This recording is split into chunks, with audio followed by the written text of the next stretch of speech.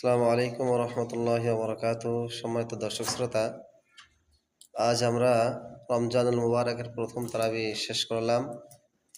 আলহামদুলিল্লাহ, খতম তারাবির মধ্য দিয়ে আমরা আজকের তারাবি শেষ করলাম। ইনশাআল্লাহ আপনাদের কাছে দোয়া রাখি, অবশ্যই আপনারা আমাদের জন্য দোয়া করবেন, যাতে করে আমরা খতমে কোরআন পূর্ণ এক মাসে অর্থাৎ রমজানুল মুবারকের মধ্যে আমরা যেন এক খতম কোরআন শরীফ শেষ করতে পারি।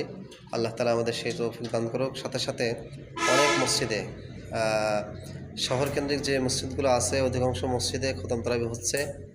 আমরা সকলের জন্য দোয়া করি আল্লাহ তাআলা যেন পূর্ণ মাস এই সিয়াম সাধনার মধ্য দিয়ে খতমে কোরআন শেষ করার মতো তৌফিক আল্লাহ তাআলা সকলকে দান করুক। সকলে বলি আমিন। সম্মানিত দর্শক শ্রোতা, যেহেতু রমজানুল মুবারক আমরা পদার্পণ করেছি, অতএব আমরা আমাদের ইবাদতগুলি আমরা বাড়িয়ে দিব।